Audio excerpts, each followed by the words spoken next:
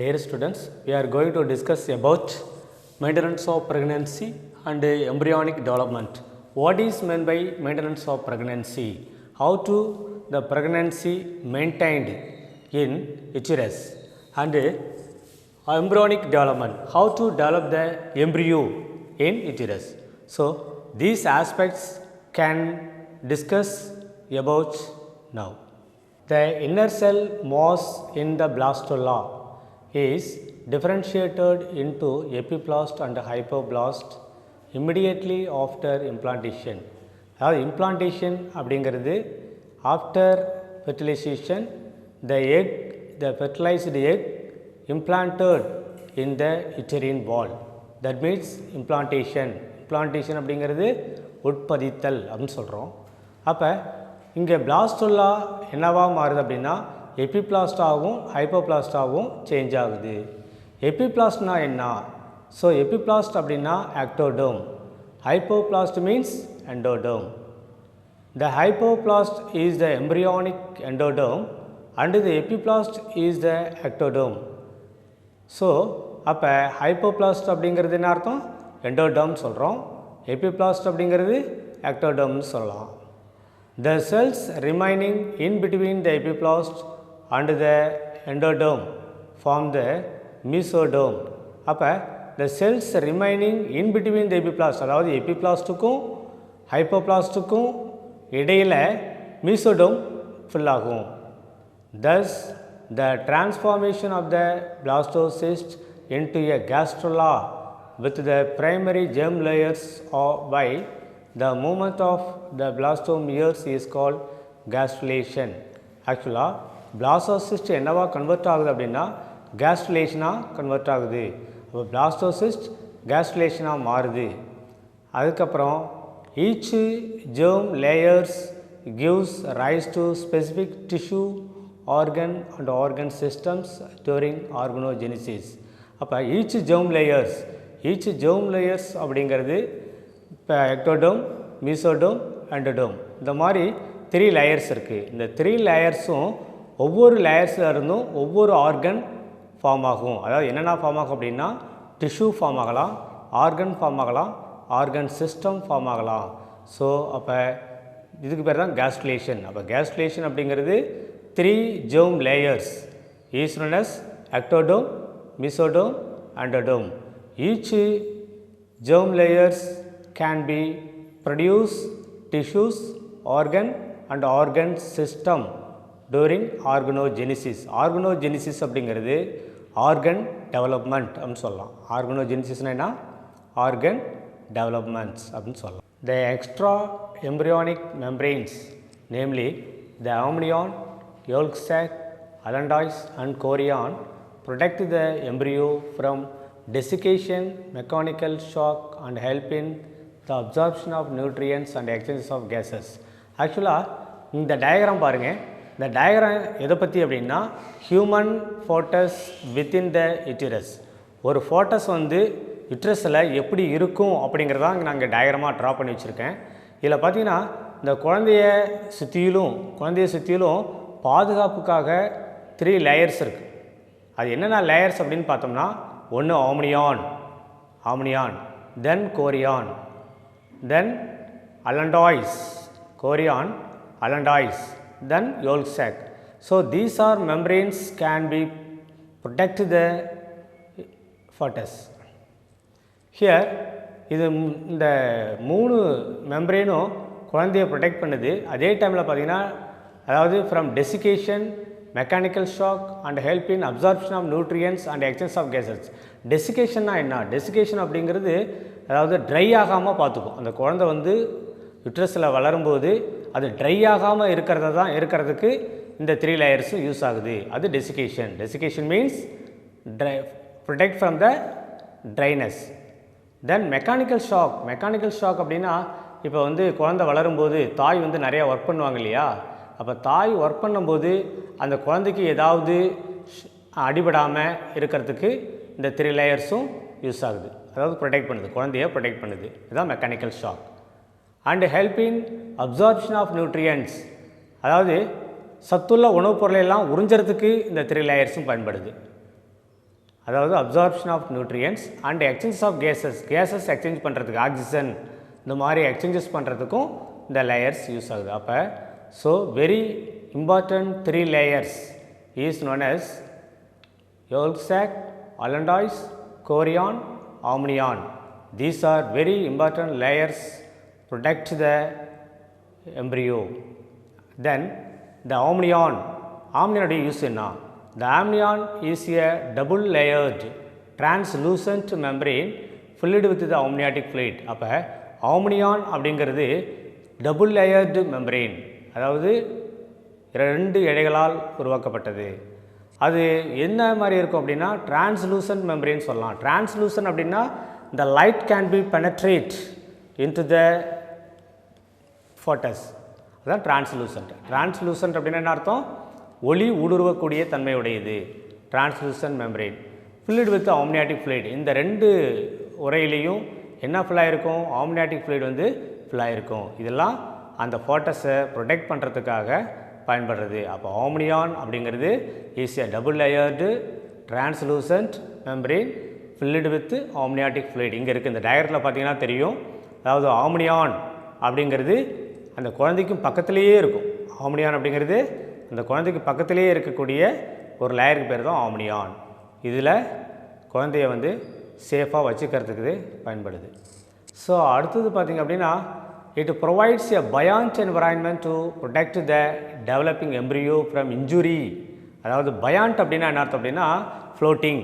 Buoyant means floating. அந்த குழந்தை எதில் மேந்துட்டுருக்கோம் அப்படின்னா அந்த ஆம்னியாட்டிக் ஃப்ளூயிட்ஸில் மேந்துட்டுருக்கு.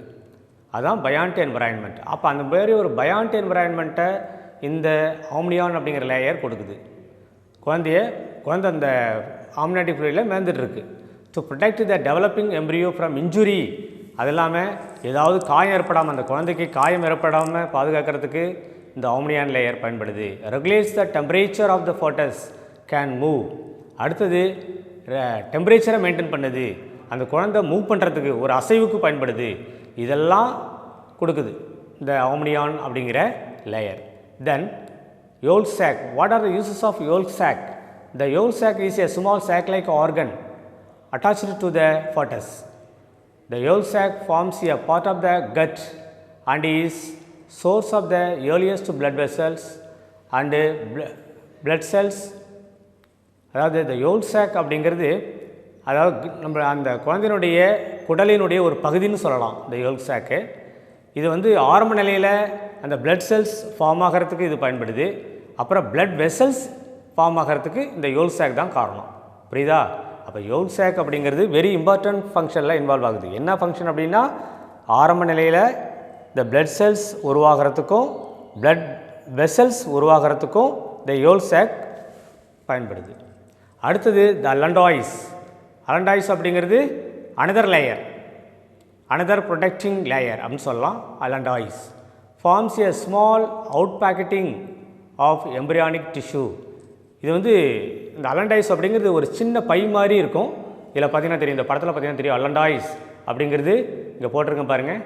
குழந்தையிலேருந்து கொஞ்சமாக வெளியேறும், ஒரு சின்ன பாக்கெட்டு வெளியே போகும். இதான் small out pocketing organ is known as allantois of embryonic tissue at the caudal end of the yolk sac.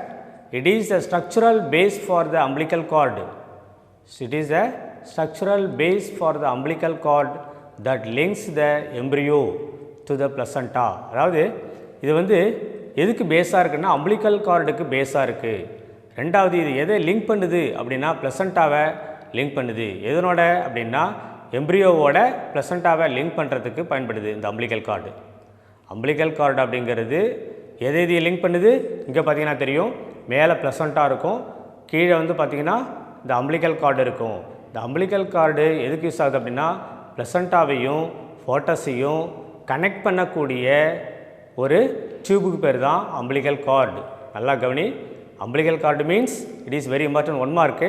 Umbilical card அப்படிங்கிறது எதையும் கனெக்ட் பண்ணுது? பிளசண்டாவையும் ரெண்டாவது ஃபோட்டஸையும் கனெக்ட் பண்ணக்கூடிய ஒரு tube is known as umbilical cord அப்படின்னு சொல்கிறோம்.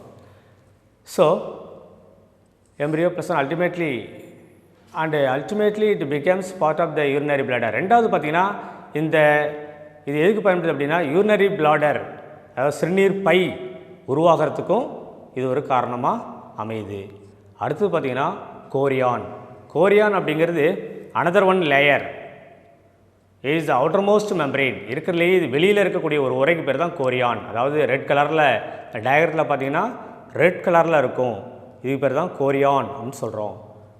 So chorion is the outermost membrane which encloses the embryo and all the membranes and also helps in the formation of placenta. இந்த கோரியானுடைய வேலை என்ன? எல்லாத்தையும் மூடி பாதுகாக்குது. அதாவது உள்ளுக்குள்ளார இருக்கக்கூடிய ஆம்னியான், அப்புறம் யோல்க் சாக்கு, அல்லண்டாய்ஸ், இந்த மாதிரி எல்லா மெம்பரேனையும் ப்ரொடெக்ட் பண்ணுறது தான் இது கோரியான். ஏன்னா இது அவுட்டர் மோஸ்ட் லேயர் அப்படின்னு சொல்லியிருக்கோம் கோரியான் அப்படிங்கிறது. இதனுடைய ஃபங்க்ஷன் என்ன அப்படின்னா it helps in the formation of placenta. Placenta form ஆகிறதுக்கும் இதுதான் காரணம். இந்த கோரியான் அப்படிங்கிற லேயர் தான் எதை ஃபார்ம் பண்ணுது அப்படின்னா பிளசண்டா அப்படிங்கிறதையும் ஃபார்ம் பண்ணுது. பிளசண்டா அப்படிங்கிறது என்ன? இந்த பிளசண்டா அப்படிங்கிறது பாரு, அதில் தான் கோரியானிக் வில்லின்னு இருக்குது. கோரியானிக் வில்லைங்கிறது a small blood vessels. Chorionic villi அப்படிங்கிறது எ ஸ்மால் பிளட் வெசல்ஸ். அது அப்புறம் அதிலே பார்த்தீங்கன்னா ரெண்டு பார்ட்டாக பிரிக்கலாம். ஒன்று பார்த்தீங்கன்னா மெட்டர்னல் போர்ஷன்ஸ் ஆஃப் த பிளசண்டா. மெட்டர்னல்னா தாய், மெட்டர்னல் போர்ஷன்ஸ் ஆஃப் த பிளசண்டானா தாயோடு இணைஞ்சிருக்கக்கூடிய பிளசண்டா. அப்புறம் ஃபோட்டல் போர்ஷன் ஆஃப் த பிளசண்டானா குழந்தையோடு இணைஞ்சிருக்கக்கூடிய பிளசண்டா. அப்போ பிளசண்டாவே ரெண்டு பார்ட்டாக பிரிக்கிறோம். ஒன்று மெட்டர்னல் போர்ஷன்ஸ் ஆஃப் த பிளசண்டா, இன்னொன்று foetal portion of the பிளசண்டா.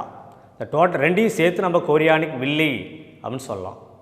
Chloroplast cells in the blastocyst send out several finger-like projections called chorionic villi, carrying fetal blood and are surrounded by sinuses that contain maternal blood. ஆக்சுவலாக trophoblast அப்படிங்கிறது நம்ம இதுக்கு முன்னாடி கிளாஸ்லேயே சொல்லியிருப்பேன். Trophoblast அப்படிங்கிறது one type of cells. என்ன இது பிளாஸ்டோசிஸ்டில் இருக்கிற ஒரு செல்ஸுக்கு பேர் தான் ட்ரோபோபிளாஸ்ட். ஆக்சுவலாக இதுதான் என்ன பண்ணுது அப்படின்னா இந்த கோரியானிக் வில்லை அப்படிங்கிறத இதுதான் ஃபார்ம் பண்ணுது. அப்போ கோரியானிக் வில்லை அப்படின்னா நம்ம டயக்ராமில் காமிச்சிருப்பேன். It is a finger like projection called chorionic villi. அதாவது விரல் மாதிரி சின்ன சின்ன நீட்சிகளோடு இருக்கும். அந்த மாதிரி இருக்கிற அந்த பிளட் வெசல்ஸ் தான் நம்ம என்ன சொல்கிறோம் அப்படின்னா கோரியானிக் வில்லை அப்படின்னு சொல்கிறோம்.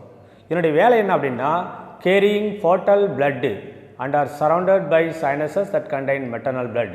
இது வந்து ஃபோட்டல் பிளட்டை எடுத்துகிட்டு போகிறது தான் என்னுடைய வேலை. ஃபோட்டல் பிளட் அப்படிங்கிறது குழந்தைக்கு தேவையான பிளட்டை எடுத்துகிட்டு போகிறது தான் என்னுடைய வேலை. தாயிடமிருந்து குழந்தைக்கு தேவையான பிளட்டை எடுத்துகிட்டு போகுது. அப்புறம் இந்த கோரியானிக் வில்லை சுற்றியிலும் மெட்டர்னல் பிளட் இருக்குது, அதுக்கு பேர் சைனசஸ். அந்த மெட்டர்னல் பிளட்டை பெற்றிருக்கக்கூடிய அந்த பார்ட்டுக்கு பேர் என்ன அப்படின்னா சைனசஸ் அப்படின்னு சொல்கிறோம்.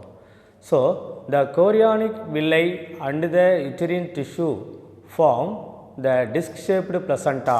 இப்போ பிளசண்டானா என்ன? கோரியானிக் வில்லையும் யூட்டரின் டிஷ்யூவும் ரெண்டும் சேர்ந்து தான் எதை ஃபார்ம் பண்ணுது? Disc shaped placenta. Disc shaped பிளசண்டாங்கிறது தட்டு வடிவத்தில் இருக்கக்கூடிய ஒரு பிளசண்டாவாக ஃபார்ம் பண்ணுது. அப்போ தட்டு வடிவத்தில் இருக்கக்கூடிய ஒரு பிளசண்டாவை ஃபார்ம் பண்ணக்கூடிய அந்த ஆர்கனுக்கு பேர் என்ன அப்படின்னா கோரியானிக் வில்லை அண்ட் யூட்டரின் டிஷ்யூ.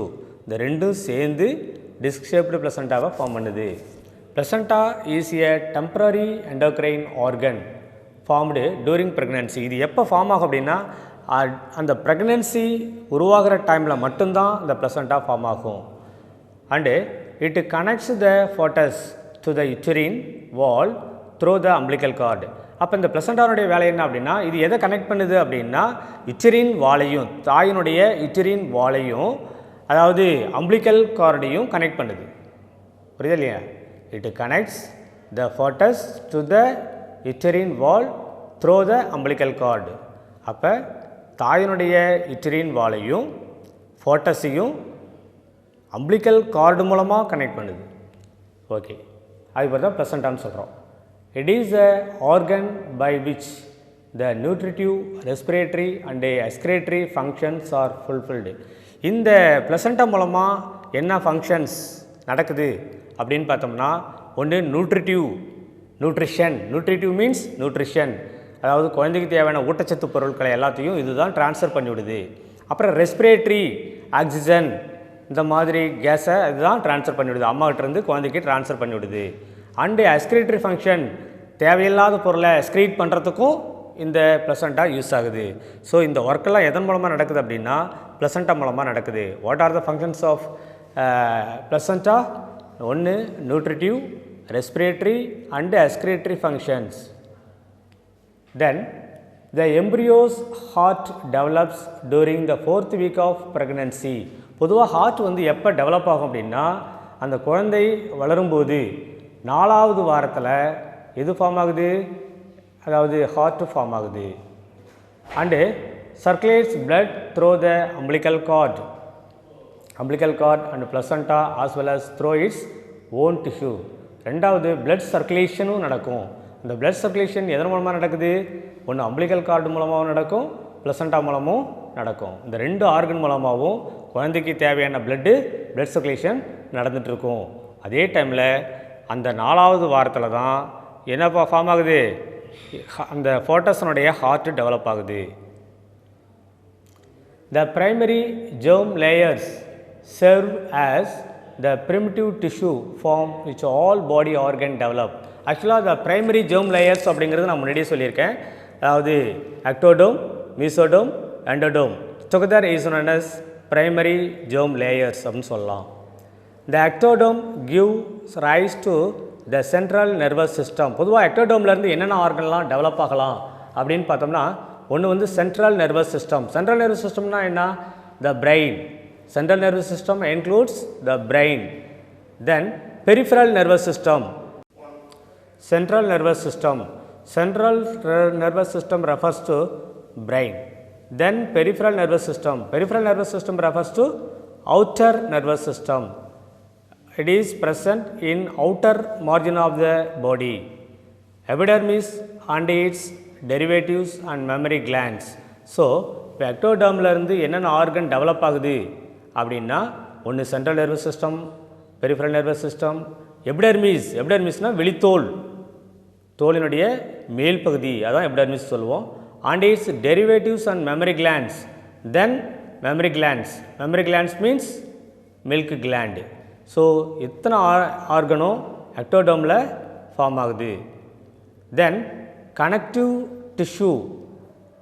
டிஷ்யூனா இணைப்பு திசுக்குன்னு சொல்லலாம். இந்த கனெக்டிவ் டிஷ்யூவும் எக்டோடர்மில் இருந்தால் ஃபார்ம் ஆகுது.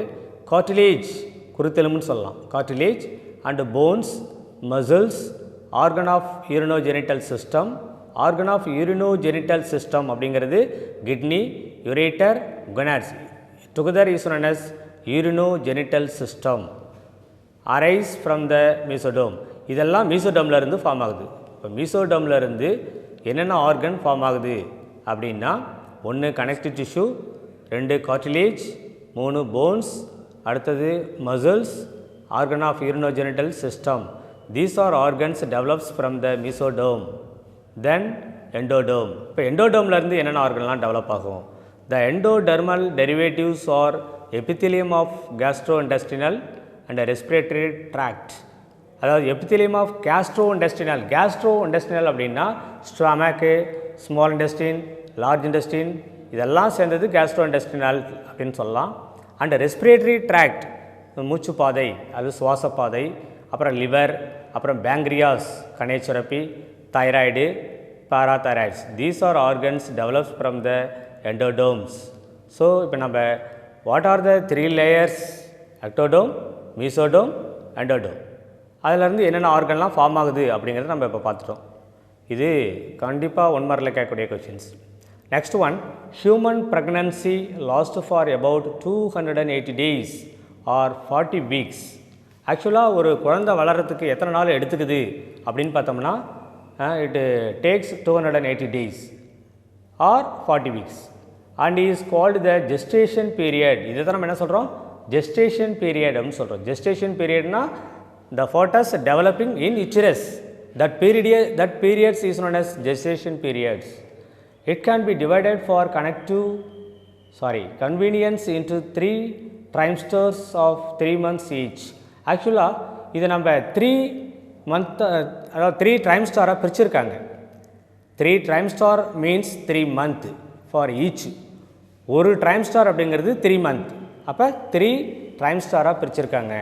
த first trimester is the main period of organogenesis.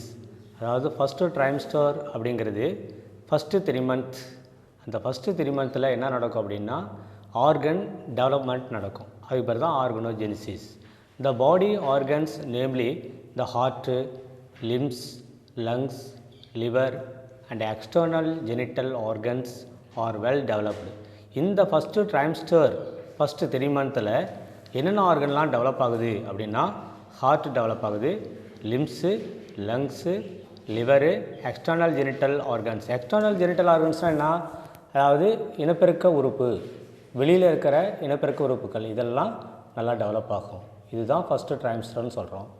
By the end of the second trimester, அதாவது செகண்ட் ட்ரைம்ஸ்டர்னுடைய எண்டில் என்ன நடக்கும் அப்படின்னா the face is well formed, அதாவது அந்த குழந்தையினுடைய ஃபேஸ் நல்லா டெவலப் ஆகும், அதனுடைய ஸ்ட்ரக்சர் நல்லா டெவலப் ஆகும். அப்புறம் ஐ லிட்ஸ், கண் இமை, அது டெவலப் ஆகும். அண்ட் ஐ லேஷஸ் கண் முடி, ஐ பிளிங்க் கண் சிமிட்டுறது, இந்த மாதிரி ஆக்ஷன்லாம் அப்போ தான் நல்லா டெவலப் ஆகும். Body is covered with fine hair, body ஃபுல்லாக ரோமம் நிறையா உருவாகும். மசில் டிஷ்யூ டெவலப் ஆகும். போன்ஸ் பிகம் ஹார்டர், போன் வந்து நல்லா ஹார்டாக மாறும். ஸோ இதெல்லாம் செகண்ட் ட்ரைம்ஸ்டாரில் இதெல்லாம் நடக்கும். Okay, the next the foetus is fully developed and is ready for delivery by the end of 9 months. அதாவது 9th மந்தில் ஃபோட்டஸ் வந்து ஃபுல்லாக டெவலப் ஆகிரும். இப்போ 9th month அப்படிங்கிறது 3rd ட்ரைம்ஸ்டார் அப்படின்னு சொல்லலாம். ஏன்னா நம்ம ஏற்கனவே சொல்லியிருக்கோம் ஒரு ட்ரைம்ஸ்டார் அப்படிங்கிறது 3 months. இப்போ 9th month அப்படின்னா எத்தனாவது ட்ரைம்ஸ்டார்? அது 3rd ட்ரைம்ஸ்டார் அப்படின்னு சொல்கிறோம். இந்த 3rd ட்ரைம்ஸ்டாரில் அந்த ஃபோட்டஸ் வந்து நல்லா டெவலப் ஆகிருக்கும், ஃபுல்லாக டெவலப் ஆகிருக்கும். During pregnancy the placenta acts as a temporary endocrine gland and produce large quantities of HCG, HCS or HPL. These are some type of hormones. HCG அப்படின்னா human chorionic gonadotrophin HCG, HCS human chorionic somatomammotrophin or HPL human placental lactation. So these are hormones or producers by placenta. Estrogen and progesterone which are essential for a normal pregnancy. அதை தவிர இந்த 3 ஹார்மோன்ஸை தவிர oestrogen ப்ரொஜெஸ்ட்ரானும் அந்த normal ப்ரெக்னன்சிக்கு ரொம்ப முக்கியமாக இருக்குது.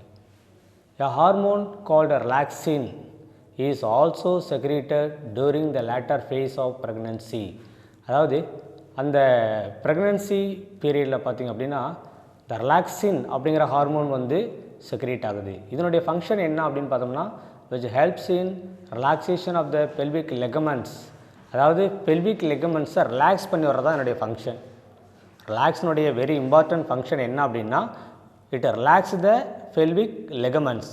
Pelvic ligaments அப்படிங்கிறது இடுப்பு பகுதியில் இருக்கக்கூடிய இணைப்பு திசுக்கள், இதை வந்து ரிலாக்ஸ் பண்ணிவிடும். எப்போ அப்படின்னா டூரிங் பார்ச்சுரேஷன் ஆர் பார்ச்சுரேஷன் அப்படின்னா பர்த் அப்படின்னு சொல்லலாம். It should be noted that HCG, HPL and relaxin are produced only during pregnancy. அப்போ என்ன ஆகுது அப்படின்னா அந்த ப்ரெக்னன்சி பீரியடில் என்னென்ன ஹார்மோன் இம்பார்ட்டண்ட்டாக இருக்குது அப்படின்னா HCG சொல்லலாம், HPL சொல்லலாம் அண்ட் ரிலாக்ஸின் சொல்லலாம். இதெல்லாம் அந்த ப்ரெக்னன்சி டைமில் மட்டும்தான் இது வந்து செக்ரேட் ஆகும். The level of other hormones like ஈஸ்ட்ரோஜனும் செக்ரேட் ஆகலாம் and progesterone, cortisol, prolactin, thyroxine. So இந்த ஹார்மோனுடைய லெவலும் ப்ரெக்னன்சி பீரியடில் தேவைப்படுது, இதுவும் செக்ரேட் ஆகும். Is increased several folds in the maternal blood. These hormones are essential for supporting foetal growth. இப்போ நம்ம மேலே சொன்ன எல்லா ஹார்மோனும் எதுக்கு யூஸ் ஆகுது அப்படின்னா ஃபர்டல் க்ரோத்துக்கு யூஸ் ஆகுது. அதாவது என்னென்ன ஹார்மோன் சொல்லியிருக்கோம், இப்போ இந்த ப்ரெக்னன்சி பீரியடில் என்னென்ன ஹார்மோன் செக்ரேட் ஆகும் அப்படின்னா ஒன்று HCG, HPL, relaxin, then oestrogen, progesterone, cortisol, prolactin, thyroxine. So these are very essential hormone at the time of pregnancy.